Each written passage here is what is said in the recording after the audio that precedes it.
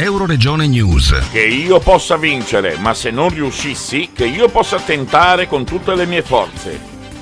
Questo l'inno è il cuore dell'attività di Special Olympics. Luisa Polonia è la portabandiera della nostra regione per Special Olympics. Dopo tante medaglie nel nuoto durante i mondiali in Cina, adesso basta vasche? Nuoto no, perché adesso voglio essere più concentrata più nel mondiale TC e voglio portare il risultato, soprattutto sia nella famiglia, che mi ha sostenuto anche. Come cane TC ne ha fatte tantissime, quindi ho sempre mantenuto sempre tra i primi, secondi posti. Quest'anno spero che mi dà forza e l'emozione di poter avere questa grande esperienza che comunque non è da tutti, io non me l'aspettavo.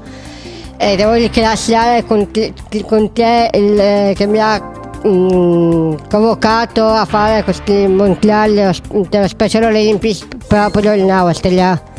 Io spero nei primi posti. Mi è incaricato avere anche uno sponsor per gli sci nuovi che aspetterò con molto cuore. Dal Medio Friuli per Euroregione News, Marco Mascioli. I nostri servizi sono disponibili su internet all'indirizzo www.euroregionenews.eu.